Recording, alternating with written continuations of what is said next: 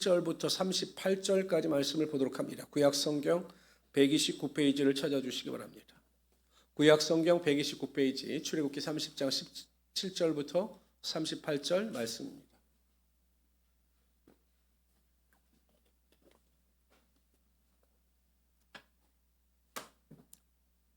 구약성경 129페이지입니다. 보통 이 성막이라고 하는 것은 하나님께서 택한 이스라엘 백성들을 만나주시고 또 죄를 사함받고 하나님과 교제할 수 있는 장소였습니다.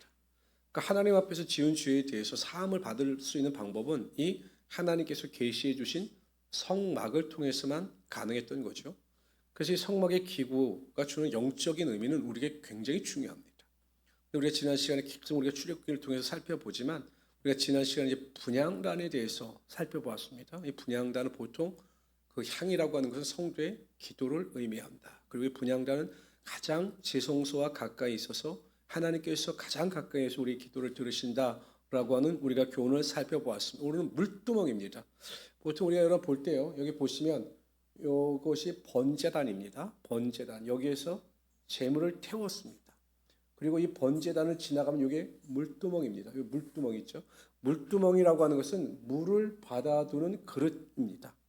근데 이 물두멍에서 이제 무엇을 했는지 이 물두멍에 대한 의미가 있는 거죠. 반드시 물두멍으로 가기 위해서는 이 번제단을 거쳐야 했습니다. 이게 영적인 의미가 있습니다. 그리고 이 물두멍에서 손을 깨끗이 한 뒤에 제사장은 이 회막 안으로 들어갈 수가 있었던 겁니다. 그래서 이 위치라든지 이걸 잘 기억하시고 우리가 성경을 읽도록 하겠습니다. 먼저 17절에서 21절까지 한 절씩 제가 교독합니다. 17절 읽겠습니다. 여호와께서 모세에게 말씀하여 이르시되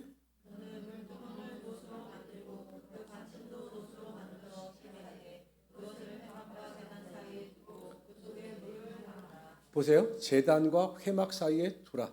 번제단과 회막 사이에 두라. 이런 의미입니다. 아론과 그의 아들들이 그 두멍에서 수족을 씻되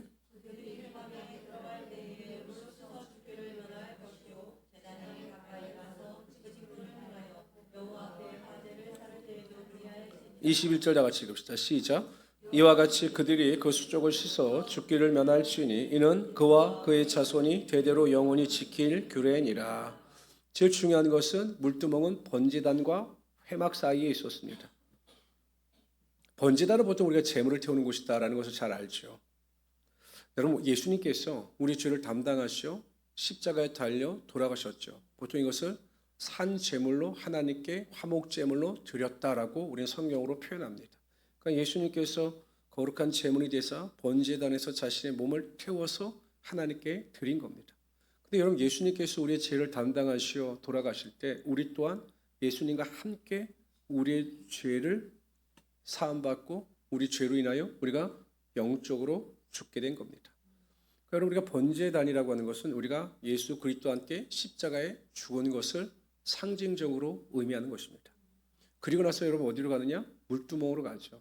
이 물두멍이라고 하는 그 기능은 무엇이냐면 이제 제사장들이 여러분 그 제물을 가지고 오게 되면 제물을 번제단에서 태울 때 손에 피도 묻게 되고 또 여러 가지 오염물도 손이나 옷에 묻게 됩니다. 그러니까 그 손에 묻은 피나 오염물을 닦기 위해서 필요한 것이 이 물두멍이었습니다. 그 물 안에 있는 물을 가지고 손을 깨끗이 씻고 그리고 난 뒤에 하나님께서 말씀하신 이 회막 안으로 들어갈 수가 있었던 겁니다. 그런데 만약에서 이 물두멍에서 자신의 손을 깨끗이 씻지 아니하면 그들은 회막 안으로 들어갈 때 죽게 된다. 이렇게 하나님께서 말씀하신 겁니다. 우리가 여러분 이 번제단에서 예수 그리스도께서 우리에게 화목 제물이 되어 주셔서 하나님께 제물로 드려짐으로 말미암아 하나님께서 우리를 의롭다라고 칭하신 겁니다. 그것은 믿는 자들에게 우리가 죄가 없어서 하나님께서 우리를 의롭다라고 하신 것이 아니라 예수님께서 우리의 죄를 담당하셔 십자가에 달려 돌아가셨기 때문에 또 그 사실을 믿는 자들에게 하나님께서 의롭다라고 우리를 부르신 겁니다. 그래서 이것을 보통 신학적인 용어로 칭의, 의롭다, 칭하셨다라고 해서 칭의라고 합니다. 이것이 여러분 구원의 첫 번째 단계입니다. 이런 물두멍이 주는 의미는 무엇입니까? 예수 그리스도의 은혜로 말미암아 구원을 얻어 의롭다 칭함을 받은 성도들은 항상 이 물두멍 앞에서 자신의 죄를 깨끗게 하고 매일 죄의 고백을 통해서 거룩함 가운데 살아가야 한다는 겁니다. 이걸 보통 성화라고 합니다. 그러니까 우리가 구원을 이야기할 때는 그냥 넓은 의미에서 나는 구원을 받았습니다라고 하는 이 구원을 받았습니다라고 하는 과거형은 칭의입니다. 나는 지금 구원의 길을 걸어가고 있는 것이고 구원의 완성은 언제 이루어집니까? 우리가 정말 믿음을 지켜 하나님 나라에 들어갔을 때 우리의 구원이 완성되는 겁니다. 이것을 우리는 영화라고 합니다. 근데 성도들 그냥 내가 구원을 받았다, 칭의를 받았다. 그렇기 때문에 나는 아무렇게 살아도 된다. 이것이 신약시대에 나오는 영지주의자들의 이단인 겁니다. 그래서 항상 우리는 깨끗하게 그리스도 예수 안에서 구원받은 자답게 거룩하게 살아가야 한다는 거죠. 그래서 로마서에는 이렇게 나옵니다. 여기 한번 읽어볼까요? 로마서 6장 12절 14절 있습니다. 시작. 그러므로 너희는 죄가 너희 죽을 몸을 지배하지 못하게 하여 몸의 사욕에 순종하지 말고 또한 너희 지체를 불의의 무기로 저에게 내주지 말고. 이제 구원받은 성도들이요 어떻게 살아가야 하느냐? 너희 지체를 불의의 무기로 죄에게 내주지 말라라는 겁니다. 그리고 다 같이 읽어봅시다. 시작. 오직 너희 자신을 죽은 자 가운데서 다시 살아난 자 같이 하나님께 드리되 너희 지체를 의의 무기로 하나님께 드리라. 구원받은 성도들은 우리의 지체를 의의 무기로 하나님께 드리며 살아가야 합니다. 이것을 무엇이라고 말하느냐? 바로 성화라고 말하는 것입니다. 여러분 우리가 구원을 받았습니다. 하나님께서 우리를 의롭다 하여 구원을 얻었습니다. 감사하죠. 이 성화의 과정을 통해서 우리가 하나님 나라의 상급을 쌓는 겁니다. 우리가 얼마나 이 땅에서 거룩하게 살고 하나님의 뜻대로 살고 부르심의 상에 합당하게 살았느냐에 따라 우리의 상급이 하나님 나라에 결정되어지게 되어 있는 거죠. 그렇기 때문에 여러분 우리 성도들은 하나님 앞에서 거룩한 삶을 살아가야 합니다. 보통 우리가 예수 그리스도의 십자가 보혈의 은혜와 능력으로 죄 사함을 받았다라고 할 때 그 죄는 원죄입니다. 우리의 어떤 그와는 어찌 보면 상관이 없는 유전되어진 죄지요. 그러니까 아담과 하와의 죄로 인하여 그 죄의 유전자가 우리에게 계속 유전되어져 온 겁니다. 그래서 이 원죄, 그래서 인간은 태어날 때부터 죄인인 거죠. 사람들은 억울해합니다. 난 지은 죄가 없는데 내가 왜 죄인이냐라고 반문을 제기하는 분들도 있는데 그렇지 않아요. 아담과 하와의 죄로 인하여 그 죄가 모든 사람들에게 유전되어져 온 겁니다. 여러분들 보세요. 유전자 검사를 하면 어떻습니까? 부모의 유전자와 자녀의 유전자가 거의 일치하고 계속 그 유전자는 자자손손 그 유전되어지가 있는 것이죠. 그와 같이 우리의 모든 죄가 아담과 하와의 죄로 말미암아 유전이 되어 인간은 태어날 때부터 죄인일 수밖에 없는 겁니다. 여러분 인간이 죄인이라고 하는 사실을 어떻게 알 수 있을까요? 인간이 여러분 선합니까? 악합니까? 인간은 태어날 때부터 선하게 태어날까요? 악하게 태어날까요? 악하게 태어나는 것 같아요. 왜냐하면 아이들 같은 경우에도 보면요. 애기들 보면 막 과자를 먹을 때 보면 막 다른 아기 과자를 막 뺏잖아요. 자기가 먹고 싶으면 막 뺏고 막 하잖아요. 인간이 착하게 태어났으면 그거 뺏겠습니까? 네 거는 네 거, 내 거는 내 거. 그냥 네 거 먹을 거 내고 이렇게 할 텐데 그냥 악한 모습을 보여요. 거짓말도 가르쳐 주지 않았는데 너 먹었지? 먹어놓고 안 먹었다고 그러는데 안 먹었다고. 그러니까 인간이 악한 거죠. 그런데 여러분 어찌하든지 예수 그리스도의 십자가 보혈의 은혜와 능력으로 말미암아 우리의 원죄는 다 사함을 받았습니다. 그래서 우리는 멸망당하지 않고 심판당하지 않아요. 지옥에 가지 않습니다. 근데 여러분 중요한 것이 무엇이냐면 원죄는 사함 받았지만 자범죄라고 하는 것이 있습니다. 이게 한자로 보면 스스로 자자입니다. 여러분 예수 믿고 구원을 받고 하나님의 자녀가 되고 교회를 다니고 난 뒤에 여러분 한 번도 죄를 짓지 않았습니까? 거짓말하지 않았습니까? 남을 미워하지 않았습니까? 성경 말씀대로 다 살았습니까? 이게 자범죄예요. 이 자범죄는 우리가 어떻게 회개하고 돌이키며 살아갈 수 있는가? 이것이 물두멍에서 매일 제사장들이 손을 씻고 전결 의식을 행했던 것과 똑같은 것이요. 우리가 이 세상을 살아가면서 알게 모르게 짓는 죄가 얼마나 많습니까? 여러분 제사장들이 피를 묻히고 싶어서 묻혔겠습니까? 오염물을 묻히고 싶어서 묻혔겠습니까? 제사를 진행하다 보면 피도 묻고 오염물도 묻게 되는 것처럼 죄악된 세상을 살아가게 되면 우리와 의지에는 상관없이 우리가 죄를 범할 때도 있고 우리가 의지가 약해서 죄를 범할 때도 있습니다. 이게 죄인 것을 알고도 죄를 짓는 성도는 존재하지 않아요. 정말 예수 그리스도의 은혜와 능력이 예수 그리스도가 내 안에 살아있는 사람들은요. 이게 죄다. 내가 이것을 범하면 다른 사람들의 피해를 주고 다른 사람들을 가슴 아프게 한다는 것을 알고 죄를 지을 수가 없습니다. 그런 사람은 예수께 속한 자가 아닌 겁니다. 실수로 연약해서 우리가 죄를 지을 수가 있습니다. 이것이 자범죄입니다. 이 자범죄를 우리가 매일 고백하고 회개하여 하나님의 거룩함 가운데 나아갈 수 있어야 한다는 거죠. 우리의 죄의 기준은요, 세상의 기준이 아닙니다. 하나님의 말씀의 기준이 우리의 삶의 기준인 겁니다. 여러분, 다른 사람을 미워하는 것도 죄지만요, 성경적인 관점에서 보면 다른 사람을 사랑하지 못하는 것도 죄입니다. 왜? 내 몸과 같이 내 이웃을 사랑하라고 말씀하셨는데 이웃을 사랑하지 못하는 것도 죄인 거죠. 단지 남을 미워하지 않는 것, 이것이 내가 하나님 말씀에 순종했다가 아니라 정말 사랑해야 한다는 겁니다. 그런 하나님의 말씀의 기준에 비추어서 우리가 짓는 모든 죄에 대해서 우리는 항상 매일 회개하고 거룩함 가운데 나아갈 수 있어야 하는 것입니다. 그런데 우리가 어떻게 우리 죄를 고백하고 회개하여 거룩함 가운데 나아갈 수 있느냐? 이것이 물두멍이 우리에게 주는 영적인 교훈인 것입니다. 여러분, 물두멍 안에는 뭐가 있었습니까? 물이 있었습니다. 그런데 로마서 7장 38절 39절에 보면 나를 믿는 자는 성경의 이름과 같이 그 배에서 생수의 강이 흘러나오리라 하시니 이는 그를 믿는 자들이 받을 성령을 가리켜 말씀하신 것이라. 생수의 강, 물이 흘러넘친다는 것입니다. 보통 성령을 상징적으로 표현할 때 물 또는 불, 기름 이렇게 상징적인 표현을 하는데 물두멍의 물도 결국은 성령의 거룩함을 의미하는 것입니다. 여러분, 우리가 이 세상을 살아갈 때 죄가 죄인지 모를 때가 정말로 많습니다.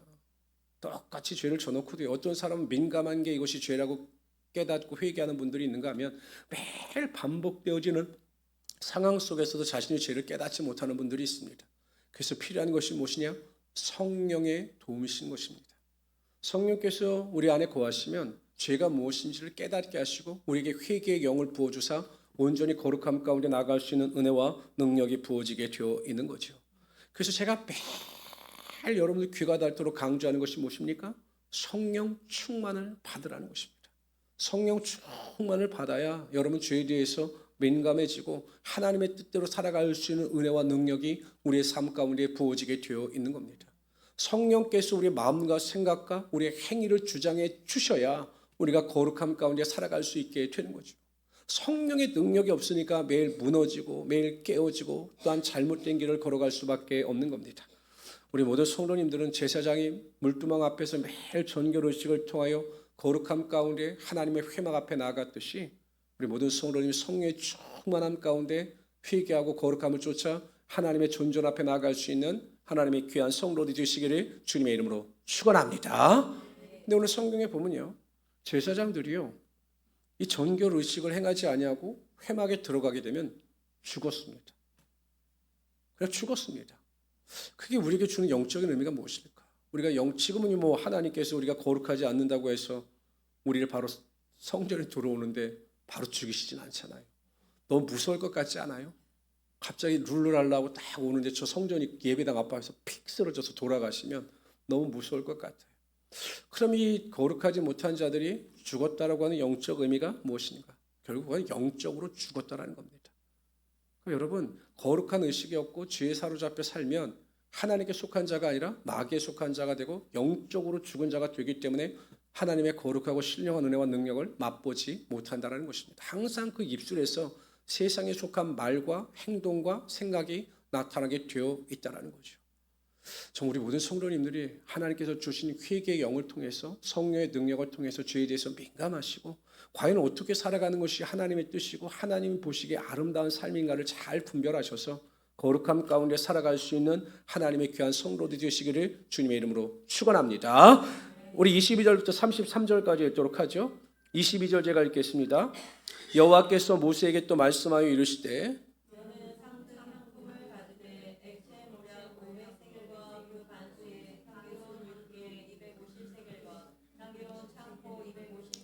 계피 500세겔을 송수의 세겔로 하고 감난 기름 한 이슬을 가지고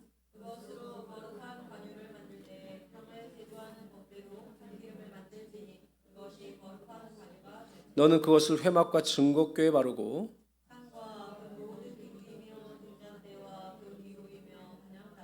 및 번제단과 그 모든 기구와 물두멍과 그 받침에 발라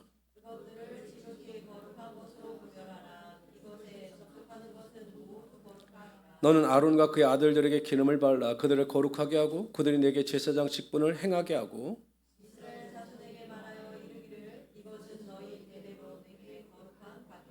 사람의 몸에 붙지 말며 이 방법대로 이와 같은 것을 만들지 말라. 이는 거룩하니 너희는 거룩히 여기라.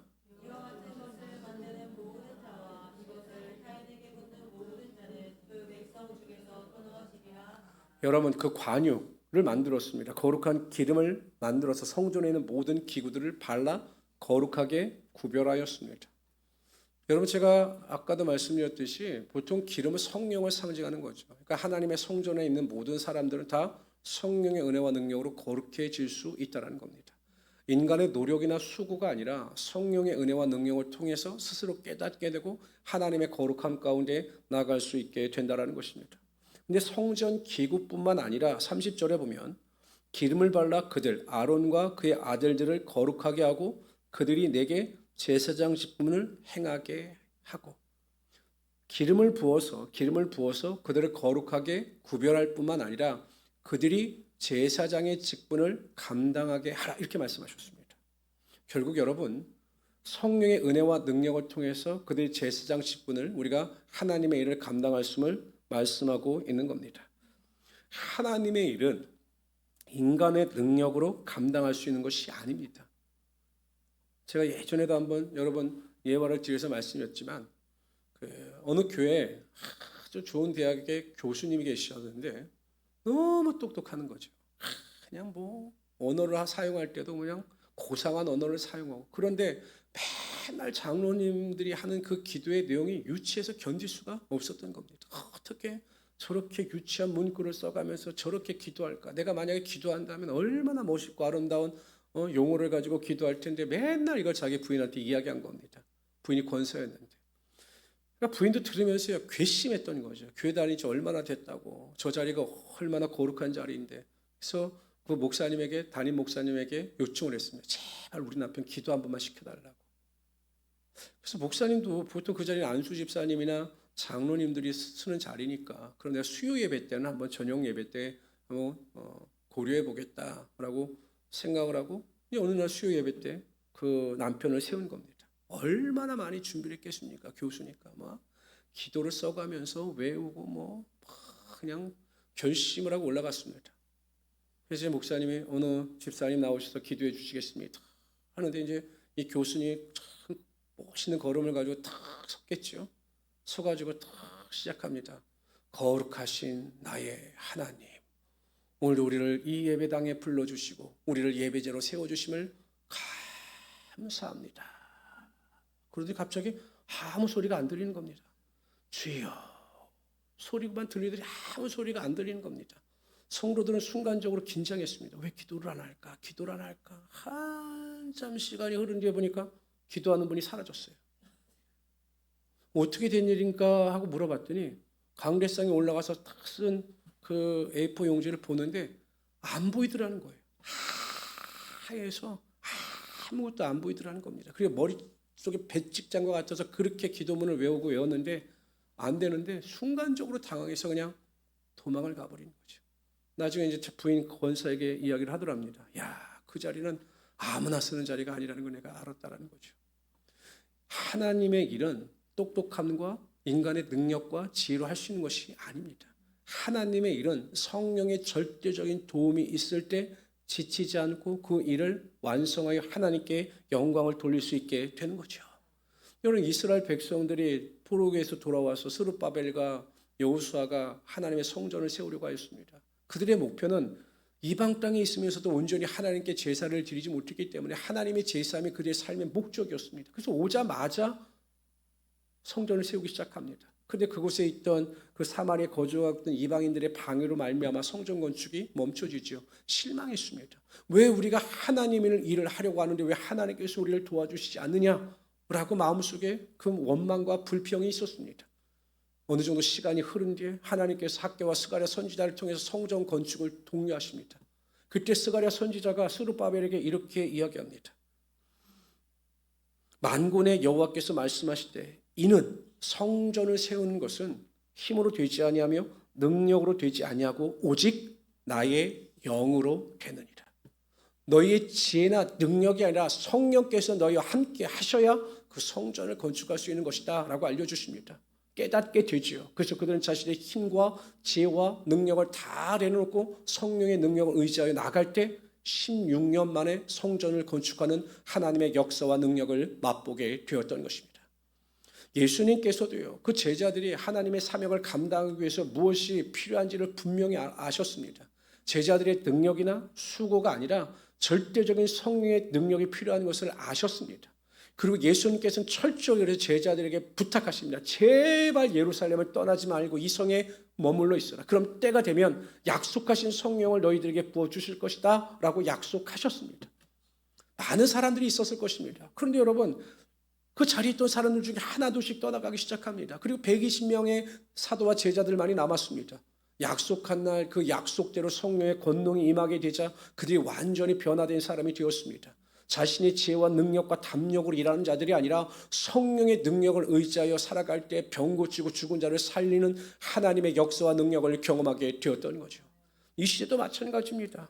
여러분, 우리가 낙심하고 절망하고 뒤로 물러가고 막 원망하고 불평하면서 살아갈 수 있죠. 왜? 육신의 연약함을 입고 있기 때문에. 그러나 우리의 삶에 성령께서 임재하시면 그 해답이 있습니다.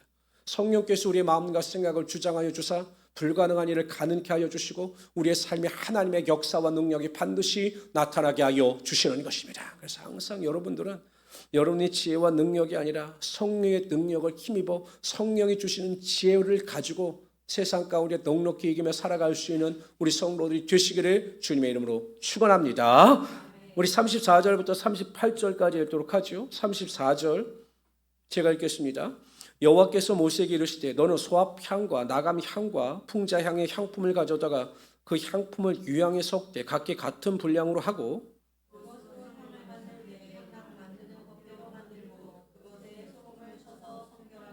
보통 이 향은 분향단에 들어가는 향입니다. 그러니까 그 향을 태우기 위해서 향을 만드는데 이것도 이스라엘 백성들이 자신의 생각대로 만든 것이 아닙니다.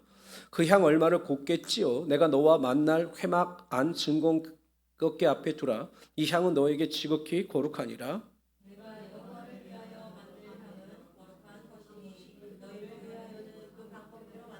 38절 읽습니다. 시작.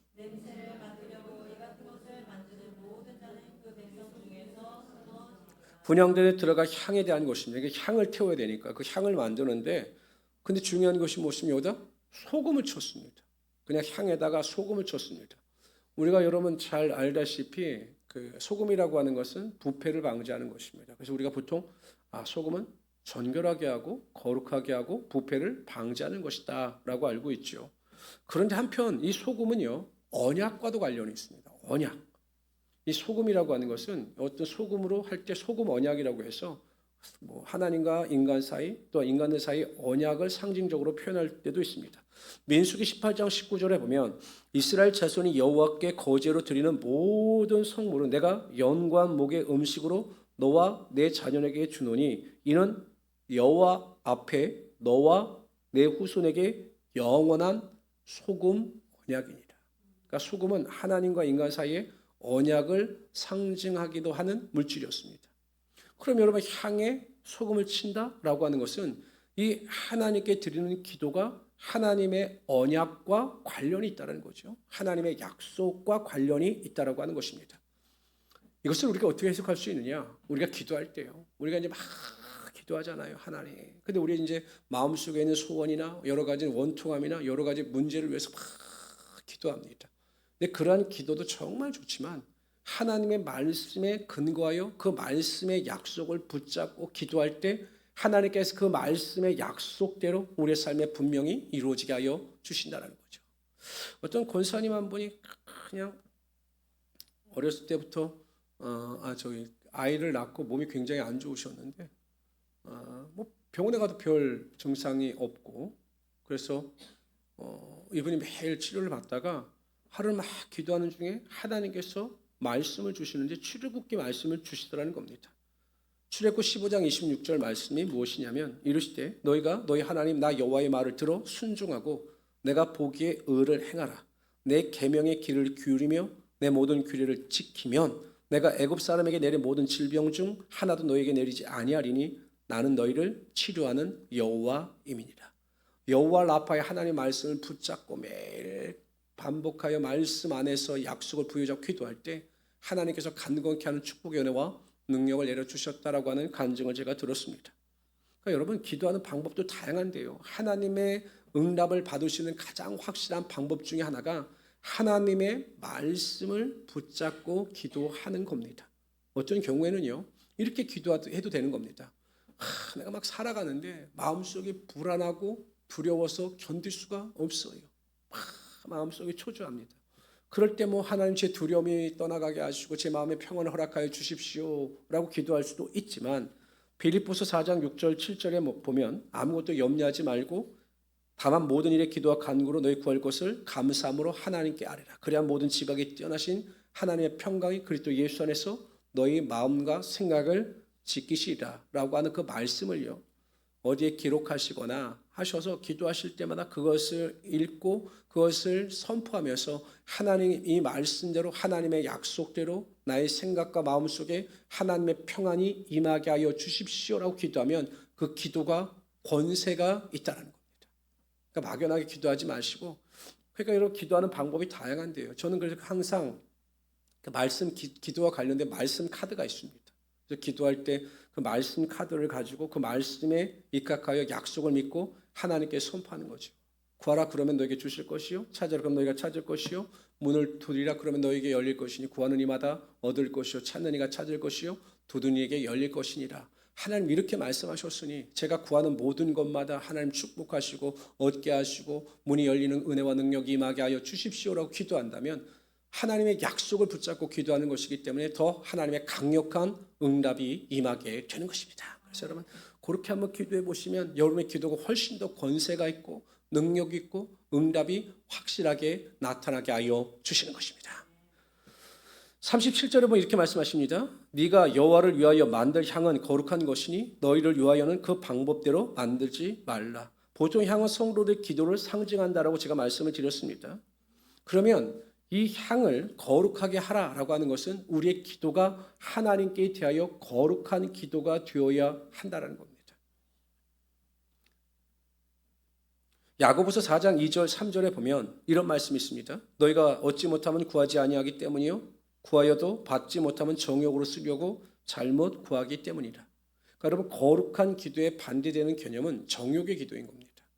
기도를 할 때요, 나의 모든 욕심과 나의 생각을 내려놓고 전적으로 하나님의 뜻에 합당한 기도를 드리는 것이 거룩한 기도라면, 하나님의 뜻과는 전혀 상관없이 내가 원하는 것, 내가 바라는 것, 내가 생각하는 것만을 하나님께 기도하는 것이 바로 정욕을 따라 구하는 기도가 된다는 것입니다.